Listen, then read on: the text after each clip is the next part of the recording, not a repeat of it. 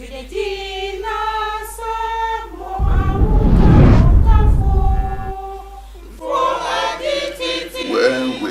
talk about the origin of Bafaw, we mention a place we call Majesty. I don't know that we are of the Bantu people, the Bafaw. And of course, you know that there have been many movements. The Bafaw, the Bantu people, it's a very complex thing. We belong to that group. And when we talk about our origin, we mention a place called Majesty. It is to the northeast of Kokobuma. My chiefdom of the Bafaw territory, in fact the map is there, you see it in the library. The Bafaw territory extends up to our boundary with Kupe Maninguba division. Our boundary with, what's this place? After Banyamin? With Nguti.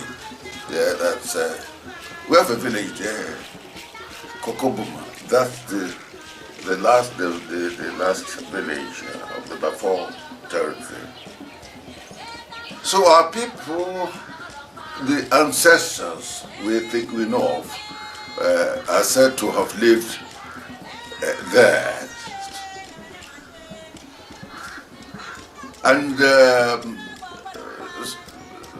migrated southwards, coming down through a number of villages. They founded a number of villages in their movement southwards, but each village they founded and later on vacated, left, was occupied by some other people, the Basosi. I've got that in my history, I can't have it. There's a number of them there, my father. So sometimes my father, we say that at least 9 of our villages were extinct. You know what? They existed, but they were vacated, but of course occupied by some other tribes. We moved on and founded villages down south, Kokobuma, Komone Bafaw, Dikumbe, Kurume, coming down, Ikliwini, Mambanda, then Kumba here, and they hopped.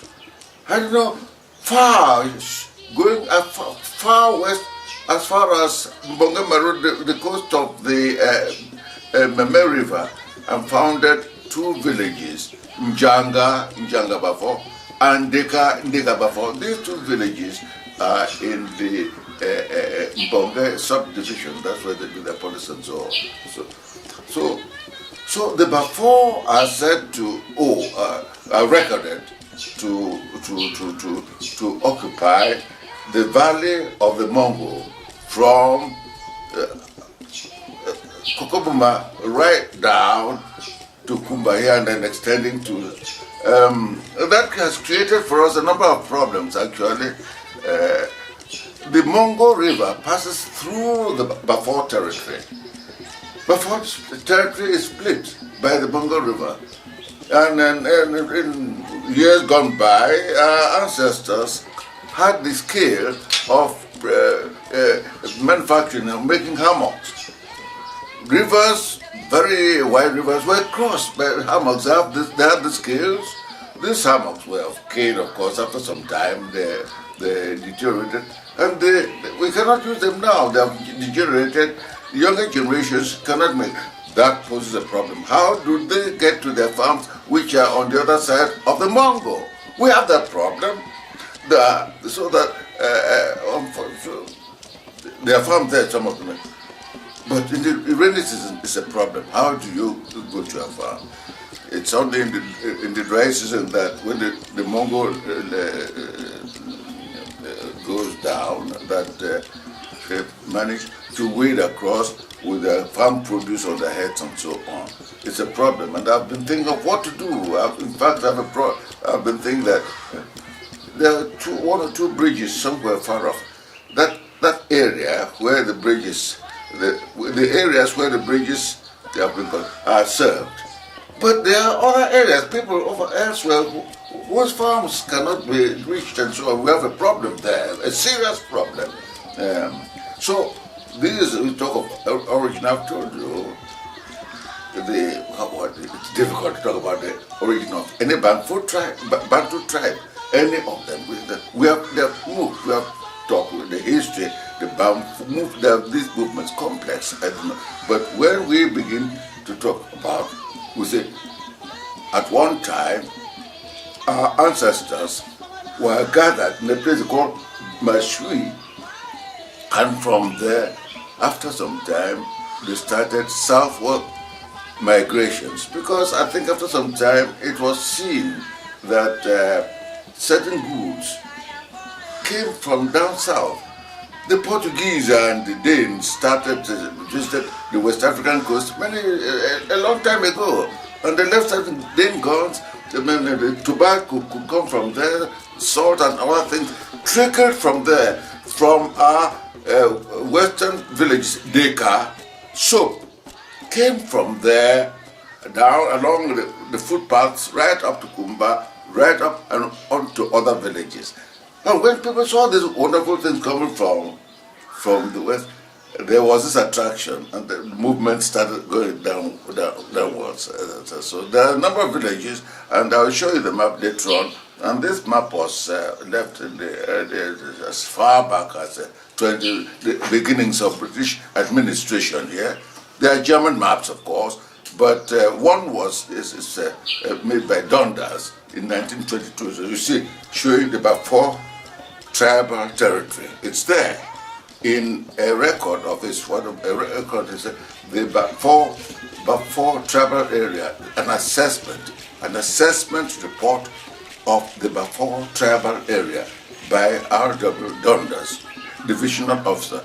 It was done in 1922 to 23. A wonderful document. I'll give you I'd like to have a copy. And the map is there showing the movements and so on. That's all. I think that's all I can say. It's very interesting, the movements of people. In fact, I would say that I think I'll show you this. The history of Africa. This is a project sponsored by UNESCO. I got to know about this. And it's existing in 8 volumes. I have 3 of them. I ordered 7 of them. One was not. Barnes and Noble told me the 7th volume was not available yet. But I ordered up to the 8th volume. 3 of them have arrived. I'll show you some copies of this terrific thing. With terrific information in there. And I really hope that every university of ours, African university, will have copies of this volume. Of course, it is in English, French, perhaps in Portuguese and Spanish also. So I think that's all I can tell you about the I've seen, by the way, it's interesting. I have a map of people, tribes, peoples of Cameroon. There's a map, such a map. It shows them the origin of the various tribes. And I was struck one day to see circles existing from the south, going upwards and then downwards to Kumba, of settlements. There's a Bafaw, B-A-F-O.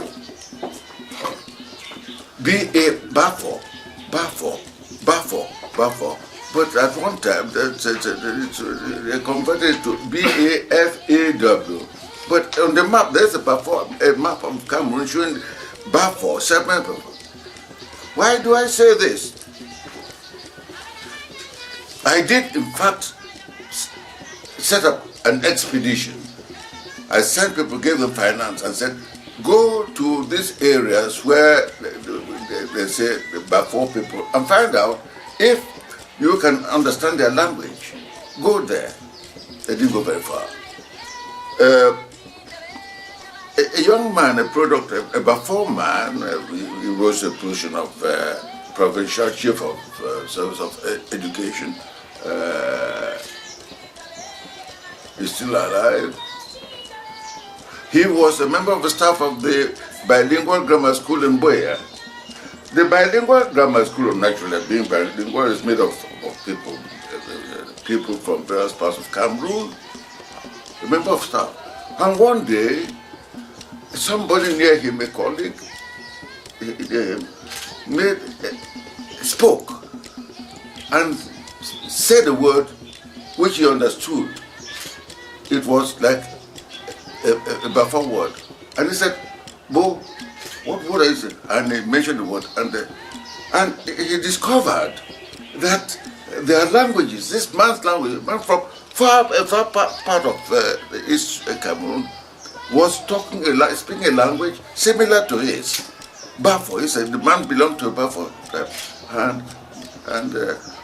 So it seems to me, we have not worked hard enough, it seems to me that the Bafaw people did not just begin with that. The cluster, which I talk of at my street, perhaps there's a map, we see, they are, and I've not worked enough. I think those I sent made some difficulties, they didn't go far enough. But we are also related to the Mbong people. The Mbong people. The Mbong plain, know about the Mbong plain? Chang. The Mbong plain, when it's past Bafaw, you get to the Mbong plain, the vast plain, which that's a big project, rights project on the Mbong plain. Yes. And when you go to the grassfield area, the Bamika area, you have to climb to the grassfield area, the mountain, the plateau, the grassfield area. The people of the Mbong plain are related to the Bafaw people. Our languages are very similar. When both man is speaking, I will understand. That's all I can say at the moment about that. I've taken so much of your time, I'm sure you already did it. Yes, what else?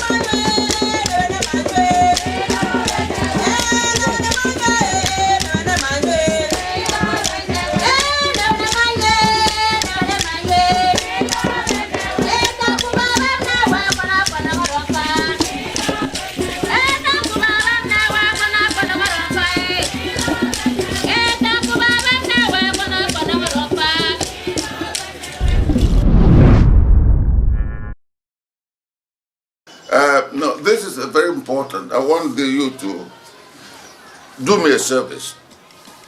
You're asking me the Bafaw, the origin of the Bafaw. That's very interesting. Because we have had a problem. My people complain that the Bafaw language tribe does not appear to have been codified among the Bafaw tribes of Cameroon. But that's rubbish, because if you take any report of Cameroon, British Cameroon, to the United Nations, you see there at the top of the tribes of Meme division, Bafaw, in capital letters.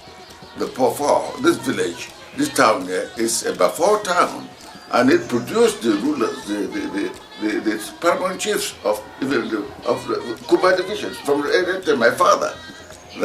And then how can it be that in compiling a list of tribes of Cameroon, you forgot the Bafaw, and then I've sent it a memorandum with photocopies of that. The Bafaw tribe, Bafaw is a BAFL, and of course we are on that property. And this is a Bafaw. It has produced a tribe which has produced a provincial governor, a regional governor. The late Walton Tuba was a Bafaw man. A tribe which has produced a person like that is not known. It has produced the doyen of the Cameroon Senate, Victor Mukete, sitting before you. I'm a Bafaw man. How can you say the Bafaw tribe? And this is, the Bafaw tribe, the other tribe, Bafaws, but the Bafaw tribe exists. And we feel, in fact, we are taking care of that. Well, that's, what happened before the white man came? How were tribes organized? What were the rulers? There must have been some organization of some sort. In the villages, each village, there must have been an organization, yes. And of course, the tribes, the number of villages, related villages, knew they were connected. There was links. So that the tribe also had some order at the top of the tribe. They had a way where people who could sit and discuss matters concerning the whole tribe that existed in the Bafaw tribe. It existed. But what were those people called? The word chief is chief. This is not Bafaw language. It's not. We will say Nfon. Nfon, we say Nfon. That's Bafaw. Mark you, but don't confuse it. Don't confuse it with the German von. Don't confuse it with the German von Puttkamer, von Bismarck. No, don't go. We have Nfon. Don't confuse it with the Banyangs, the people who have Nfor. Nfor, am I not right? Yes. In the northwest and so on, you have Fon. Sometimes people write address as Fon, they forget to put the N. I always insert the N. They say, N-F Fon. That's it. This existed from ancient times. In fact, we had a society of the Nfon, a society which had power to confer honors. It's a very long story.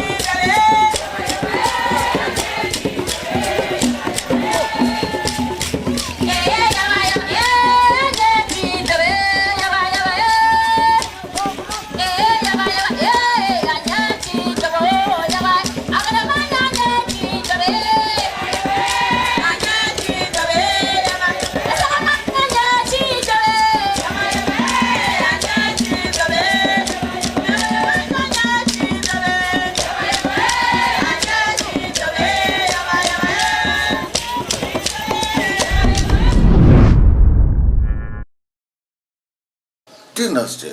Here I'm sitting. Where does my power originate?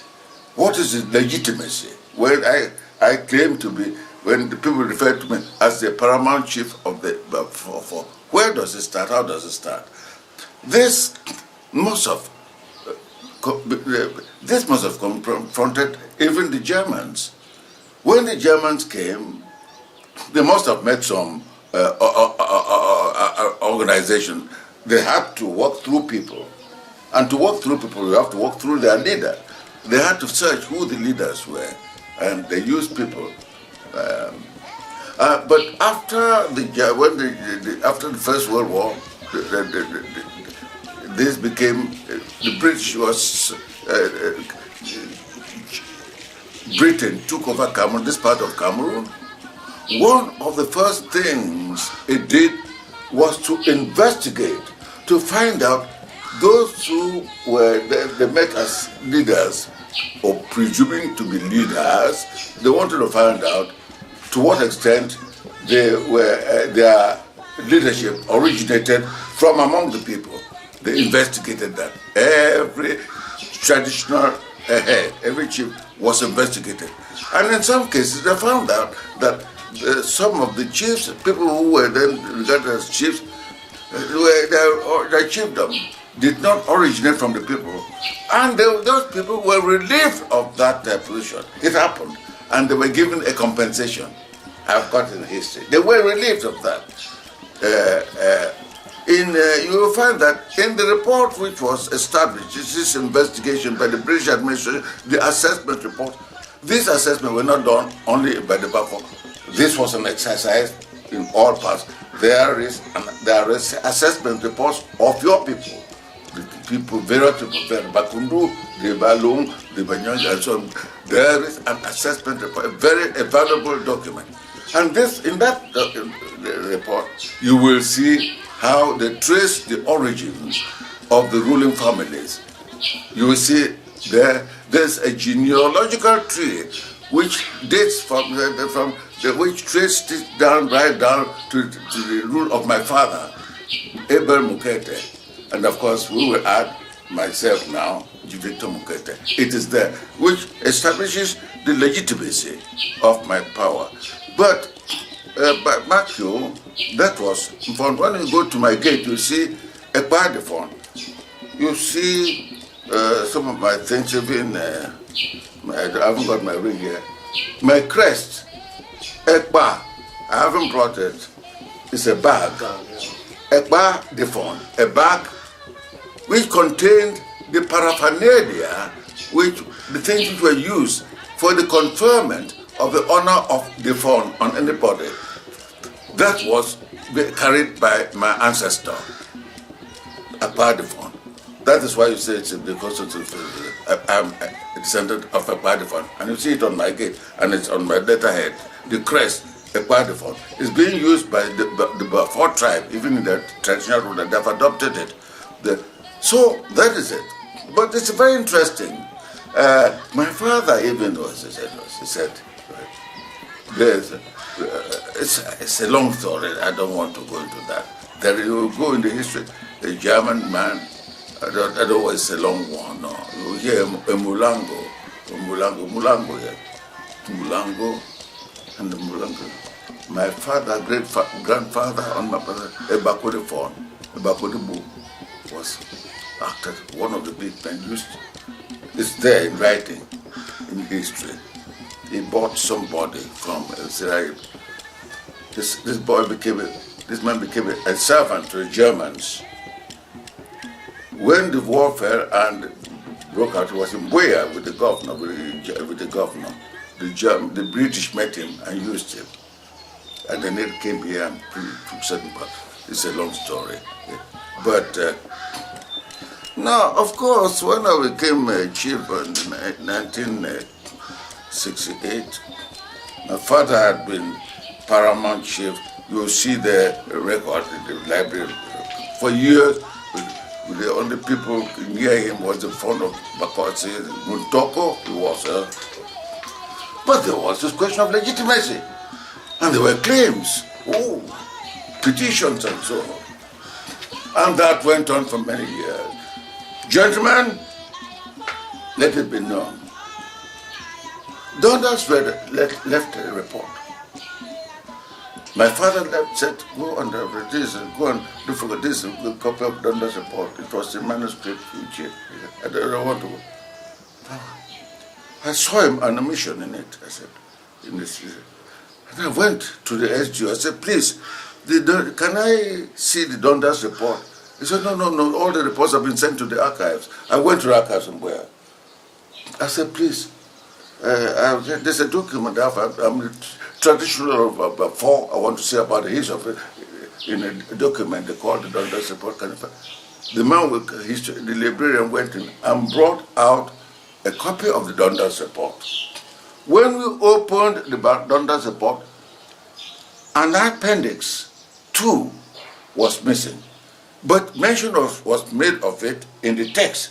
I told the librarian, one important document is missing from this library. He looked, so it's true. I wrote a letter to the regional chief of service of culture in Mbong and copied the minister of culture that they should help us to find out. This is a very important. We never. I sent messages. Can you find it in London? I looked everywhere, nowhere. And I had a hell of trouble for nearly 50 years. I've had trouble. Yeah, people they're claiming so. It is a very difficult thing when you sit on a stool and there are issues of legitimacy, doubt, people doubting, people challenging it. What did I do? What did I do? I've asked Adna, Mrs. Adna was Edwin Adna, he helped to found the archive in where. His widow also is an archivist, a historian in Oxford, and so I contacted her. She says nobody could help me on the problem of finding out where this document was. And that was. What did I do? I saw a young man who seemed to have the way of, he was a historian, he did philosophy and so on. I said, please, I'll send you to Nigeria. Go and look at the archives, because this document must have been in the residence office, and it must have been transferred to the Secrétaire in Lagos, and so on. It must have been. Go on and try to find out. This man went, his name is Mbong, what do you call it? It's a tutor, the name has just come. I sent him, I gave him money. He went to Calabar, to Enugu, he looked, because Cameroon was controlled by Enugu at one time, you know. Yes. Then they advised him, the archives, Nigerian archives, were transferred from Lagos to the University of Ibadan, National Archive. He went, and lo and behold, he found the original copy of the Dundas Report. He telephoned me. But to get, he had extended his stay, so he was running out of money. I had to transfer more money.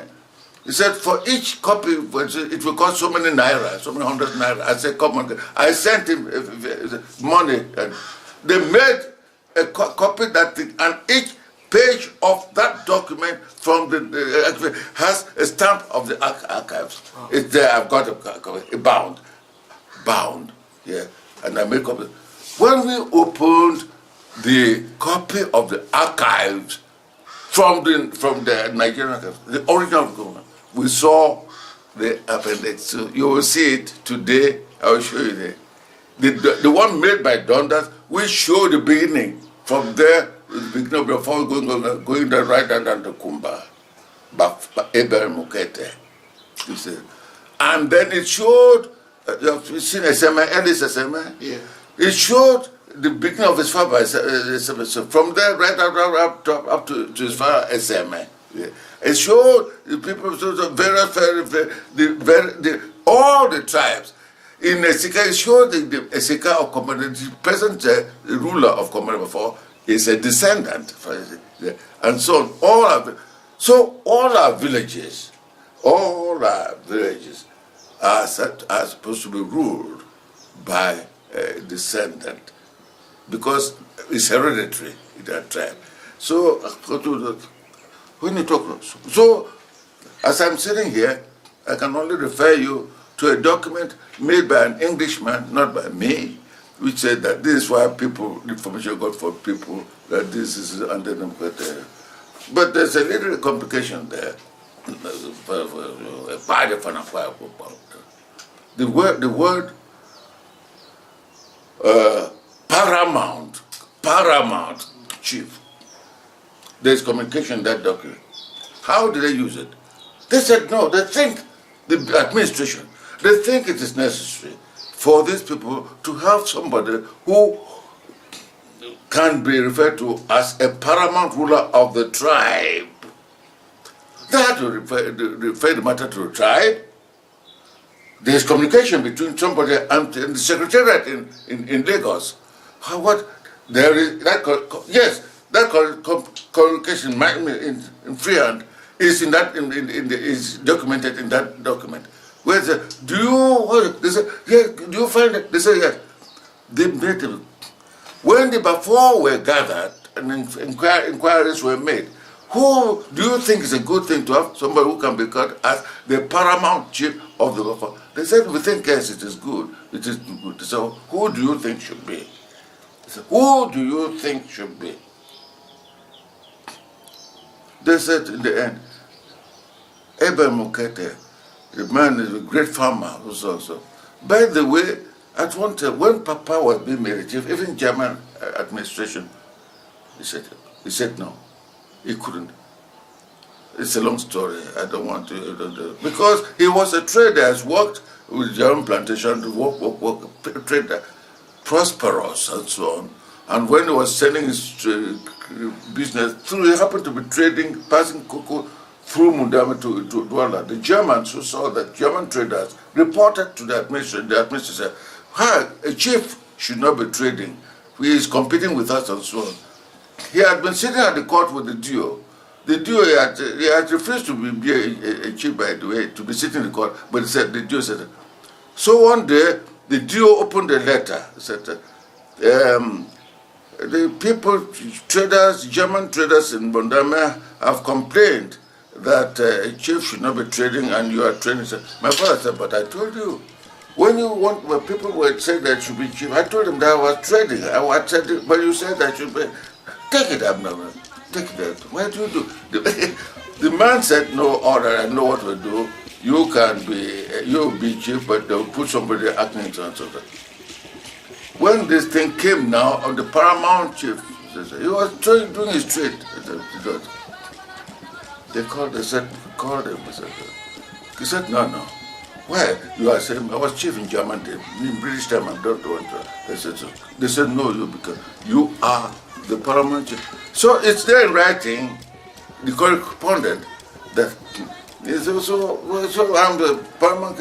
I did not apply, my father did not apply to say, make me paramount ruler of the Bafaw. Never. Even he turned it down, he turned it from time. People said, no, you are the one. You are the one. And you see records there, that is a man who is honest, a man so. In fact, that's the biggest cocoa farmer at the time. And he was an honest man, sir. My father was, sir. People said it, and the records say it. And you see many records. So there it is.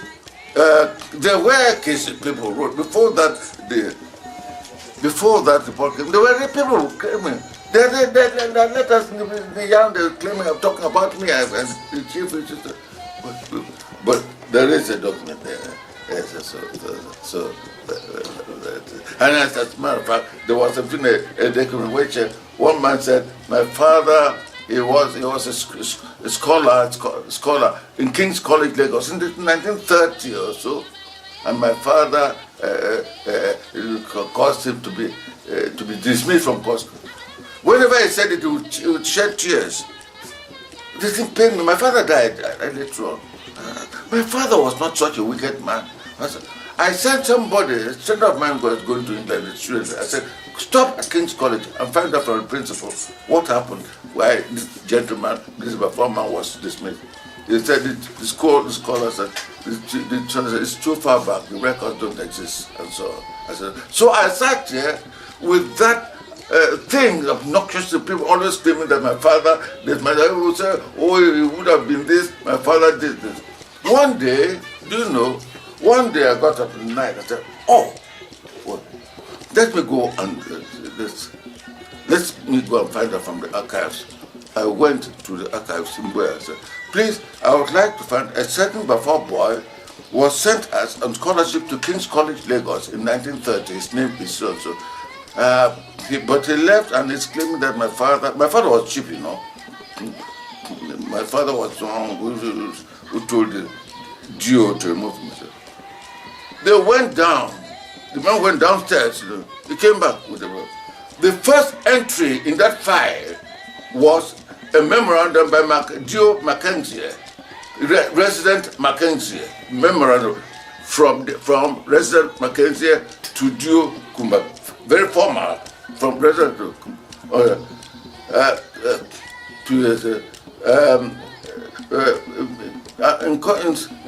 with reference to the report from the principal of King's College. It will be so that to continue to maintain, this fellow has been expelled from King's College.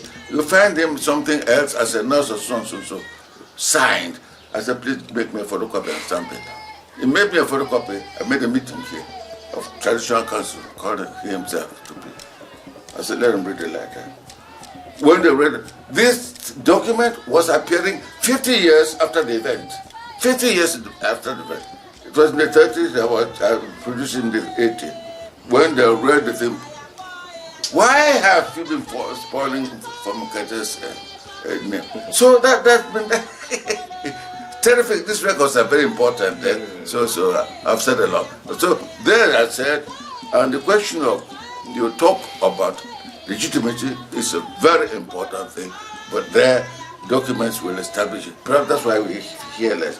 But I'm sure if we had this document 50 years, many years earlier, from the time I assumed it in 1968, I would have had fewer problems than I had for those years fighting up to the time that the Dundas report appeared.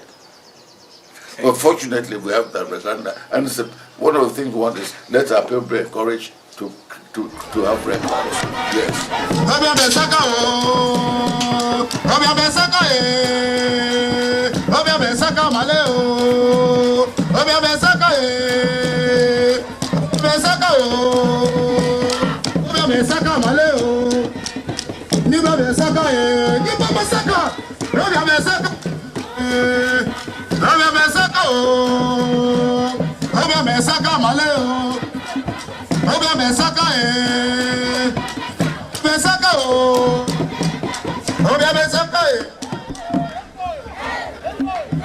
Amama manye misaki manjoma manye.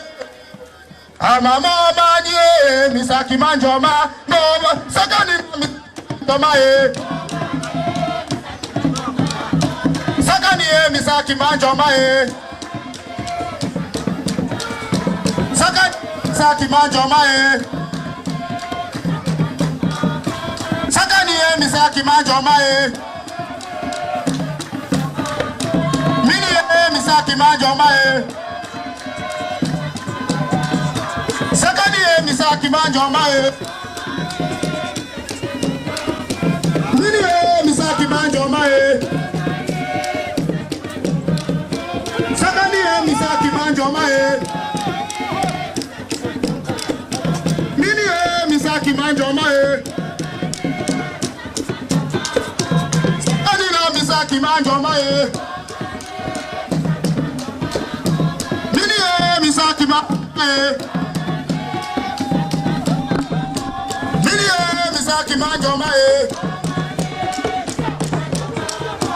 Sakani misaki manjoma e. Misaki manjoma e. Sakani misaki manjoma e. Misaki manjoma e. Manjoma e.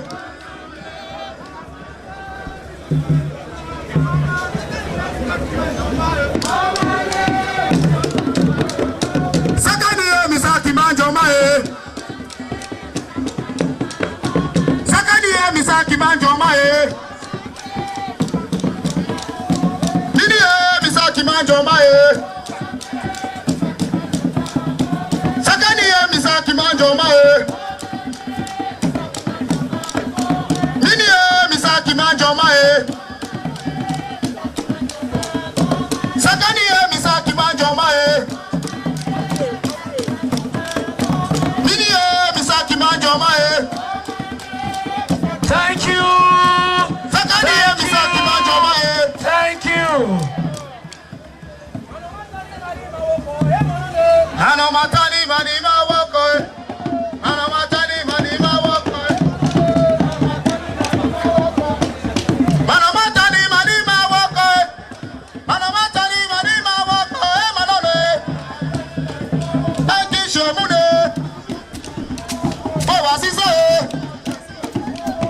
Manole. Eki shemirikie. Manole.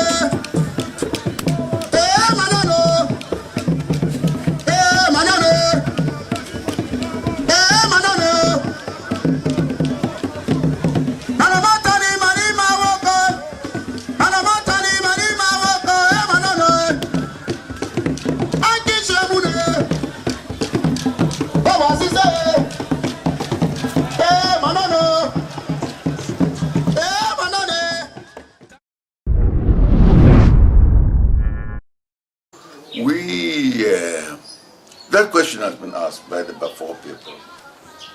How do, when they go around, when they meet, they have a cloth with the Bafaw, the crest, every one of them, they fight for it, people wear it.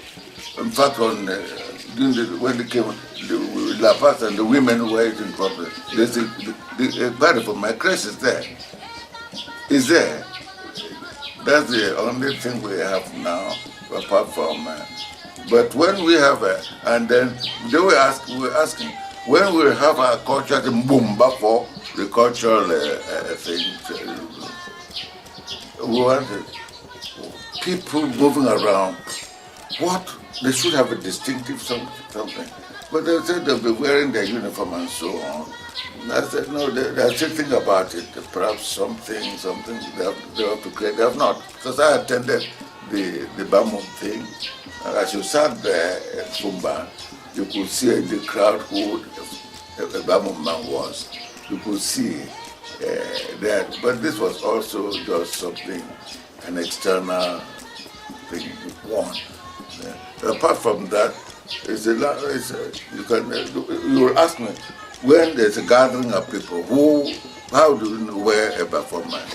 They have asked me that question. I can't, unless I speak and he answers, he understands my language. That is why we attach so much importance to language. Language ultimately comes to be the distinguishing factor of a people. Language. That's what I rely on, and I've said that. There was a CRTV said something, and I gave the same answer. Before people sit there, I can't. There's none except the language. That is why I attach so much importance to the preservation of the Bafaw language. I have been frightened, I've been scared. I have had coming before me university students coming. They come to me and begin to speak English. And there I discovered they're Bafaw. I said, but what are you? He said, Bafaw. Bafaw. What's your father, Bafaw? Mother, Bafaw. But why can you not speak to me in Bafaw? Sir, can I excuse me? But where did you grow up? In a Bafaw, in our village, because we're speaking Pidgin and so on. That is a danger. A generation of young people now, if they don't speak their language, their parents are Bafaw speaking, they don't speak their language, they don't know it. What chance have their children to speak the language near? And then it's gone. That means in the next generation, perhaps you have a, but certainly the foreign generation, the tribe will be completely extinct. That's why I attach much importance to find, and I found a course, a language course. When they played, then I said, I thank God, the Bafaw tribe will not be extinct anymore. Because with that language, in a very short period, people can learn, go to a village and speak the Bafaw language Yes, I've got it. The language course I have, Nfor, will save the Bafaw language. So thank God. Where the Bafaw you have Li or D, we have that thing. In certain parts, certain words, you say D instead of Li. Plantains. Plantain.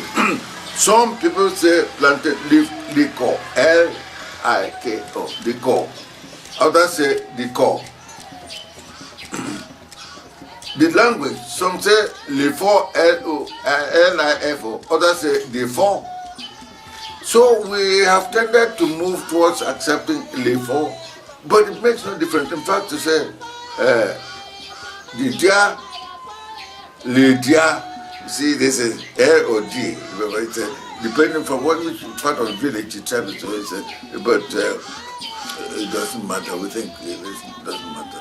And as you are on this, I think we will need to go to library.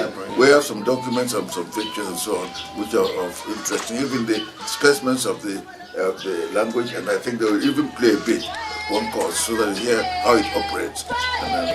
And you can ask me any other questions.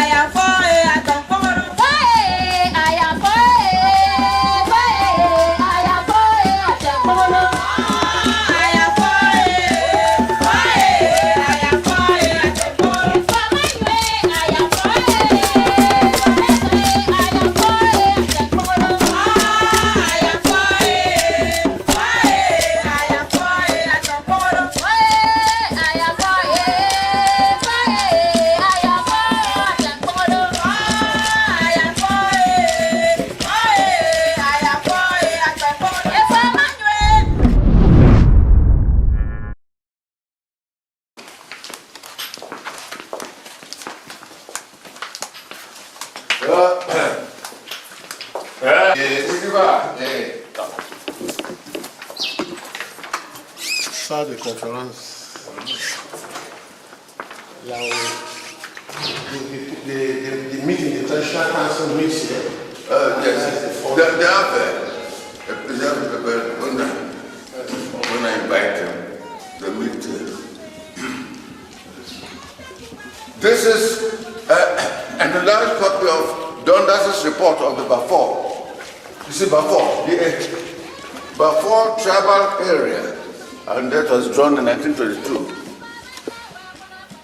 Those are the villages that they are far off in the west near the Mbong.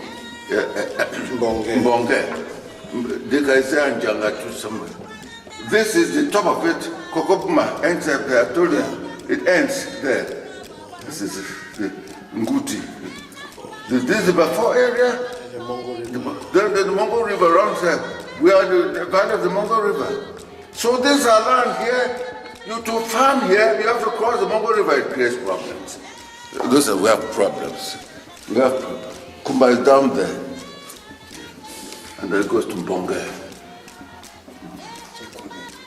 And we are surrounded by the Kumbi people there, and they are very friendly. We have tribal ties with the Kumbi people. We have even the old boundaries. They are there. In fact, when the Kumbi chief is being crowned, they call me to put the crown on his head. That's what happens.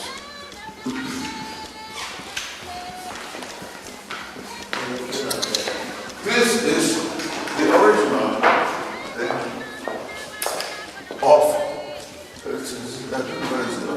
there's a copy of In the name, that's King George VI, in the name of His Majesty King George VI, this certificate is issued to Chief Abel Mukete of Kumba, Cameroon's province,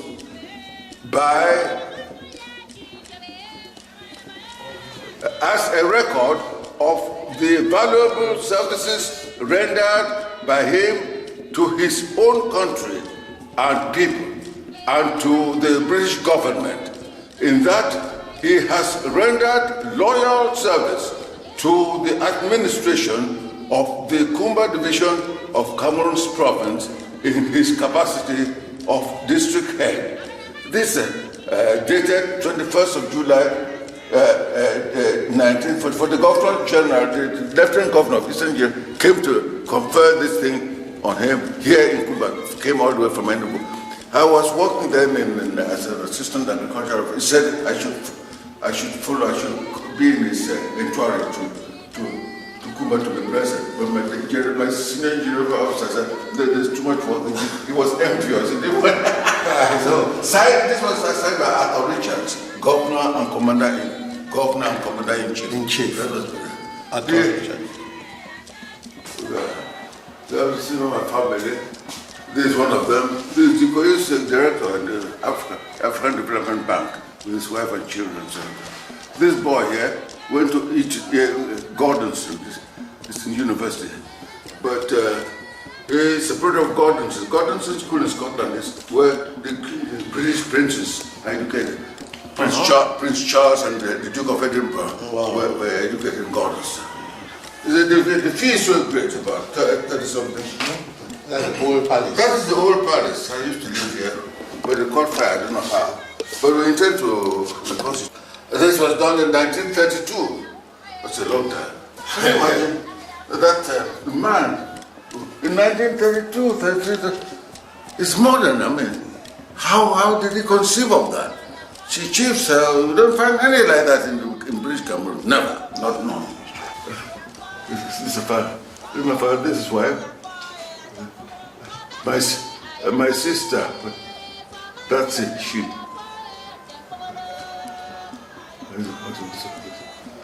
That's me. This is when I was being conferred the honor. This is chieftain the power. Staff, chieftain the staff. The duo is sitting there. Yes, a lord. 68. Yeah, yes. There's a lord. Yes. In 68. And that was, this was ceremonies on that occasion, by the women, on that occasion, that was the same day. That's my wife there. That's up there is my father standing as a church elder. He was the first convert of the church.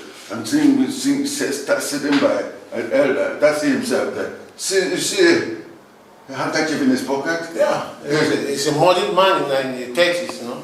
He dressed like how, with gold chains, and then some of them follow like that. Yeah. And the chain, and the yes, complete. I don't know how the germs, absolutely. You inherited. Oh, no, perfectly. Oh, no. You inherited.